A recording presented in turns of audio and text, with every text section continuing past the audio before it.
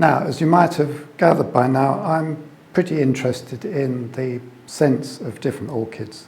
So one of the key plants in my collection is Bifrenaria harrisoniae. This is the normal version with flowers with a purple lip. Has a wonderful, some say fruity, I would say definitely ripe pears.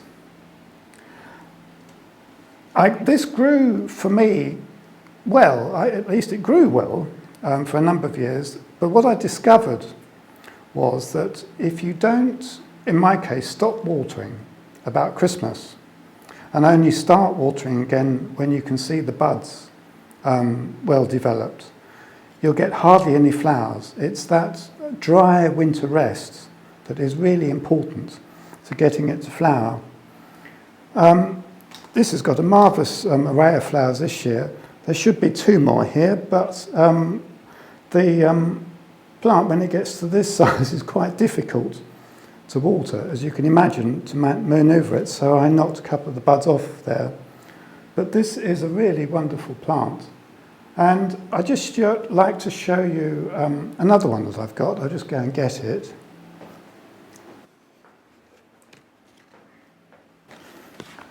Now, working on the principle that you can't have too much of a good thing, this is Bifrenaria harrisoniae Alba, which has, I think, very beautiful white flowers with just a yellow lip. Now, for me, this flowers probably about 3 weeks later than the normal version. You can see that this one has got loads of flowers, spikes coming, some of them still quite small. So in another probably 2 or 3 weeks, it will be much more impressive. Again, smells very much of ripe pears, just the same as the other one. This one gets the same treatment with the dry winter rest, which is absolutely key. And this is, it's supposed to be an easy orchid, so I can't really claim that I've done particularly, exceptionally well with this. And in fact, now it's got to the stage where I'm not quite sure how to treat it because well, in fact, it's getting really heavy. I'll have to put it down in a minute. And it is getting to such a size that maybe I should divide it or chop some bits off. But it's doing so well that, what do you do with an orchid that's doing really well, is magnificent, and shows every sign of getting bigger and bigger. I did try to take off a bit a few years ago to give to a friend, but it's quite obvious to me that it's one of those orchids that really doesn't like being chopped around. I think it would be all right if you took a really large section. Maybe I could take off a whole section from one side where you've got at least 6 or 10 pseudo bulbs left. But I can quite see that if I touched this, it would give it a really nasty setback. So for the time being, I'm just going to enjoy it and struggle with the weight. Now I want to move on to some miniatures, but just before we do that, a quick update on the Bifrenarias that I started filming about 10 days ago. This is where they hang high up above head height, and this is their living quarters all the year round. They get dunked once a week, sometimes sprayed, apart from the drier season that I create. And above, way to your right, they get a gentle airflow from a fan that runs constantly. You can see now that the one on the right is just beginning to go over with some of the flowers, whereas the one on the left, the white one, is just beginning to look really good.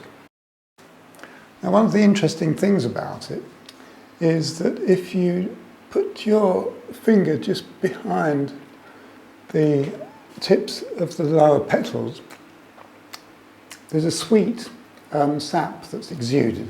Now normally what I try to do, I've forgotten this year, is to use a spray of rainwater just to wash that off, because if you leave it on, it contributes to this dark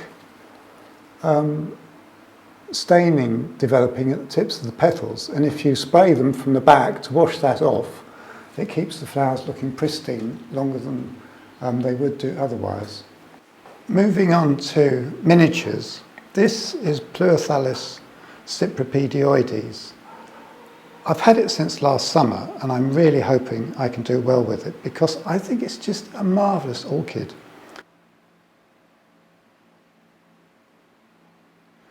Like many pleurothallids, it has the feature of having a long flower spike which develops new flowers from the end and just gets longer and longer. So I don't know how long it looks good for, but in my case it's been looking good ever since I bought it.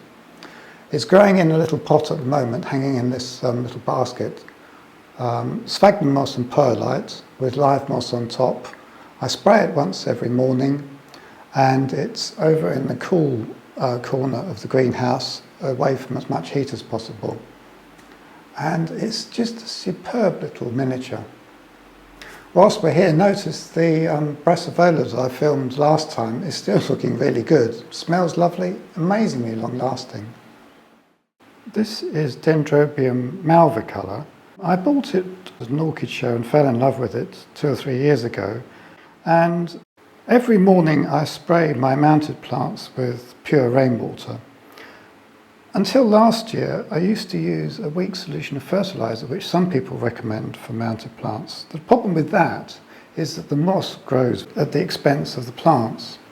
And you can see that it's got the really well-developed layer of moss on the right-hand side, which I've left. But last year, I picked away a lot of the moss from the left-hand side. If anything, at the moment, the right-hand side does look better, but I don't be misled by that because that's basically the original plant.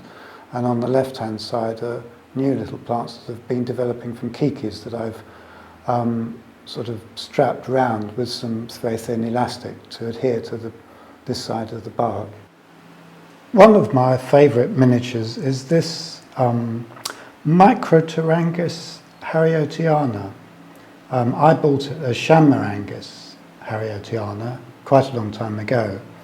It has these beautiful, tiny orange flowers. And when I bought it, it was just a single plant on a mount.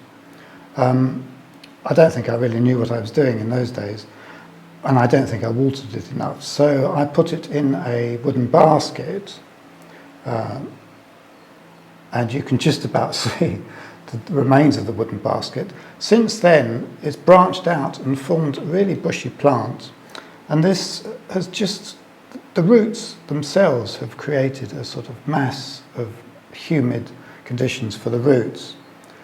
I just spray it once a day every morning with rainwater, and then it gets dumped probably once a week. Early on, I was really upset because you can just see there are 1 or 2 spots on the leaves if you get water on the leaves. I can remember being really upset when it was a small plant and one of the new leaves developed a spot, but since then, as you can see, I need not have worried.